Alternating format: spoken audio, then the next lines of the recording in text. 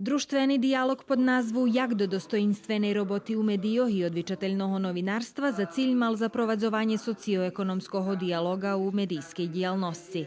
Sindikat novinarok Srbiji išče na predhodnim tematičnim dialogu jak ključni problemi medijskog robotnika navedol niski zarobki, robotu bez kontraktu ljebo s kontraktom kotri mož ljehko pretarnuc i neregulovani robotni čas. Očigledno nješka novinarstvo jednostavno već se nije dostojinstvena robota. Pretože je u materijalnim smislu obezvredzene do potpolnosti, u profesijnim smislu tištak, zato že ne postoja jasno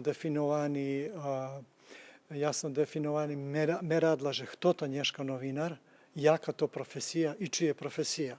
Novinare z tih redakcijov menšinskih budu sigurno povolani na dejaki dialogi, ali ker še mi sami ne ponuknjeme, ne znam, če nas dahto povola.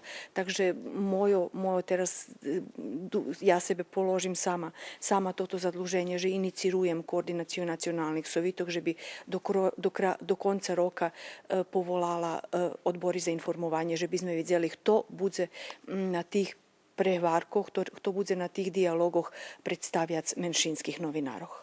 Sindikati u medijoh še obovjazuju, že u nastupnih 3 mešacoh formuju robotnu grupu, kotra bude mať zadatok utvrdzic ključni problemi u počitovanju pravoh roboti novinaroh i medijskih robotnikoh u Srbiji.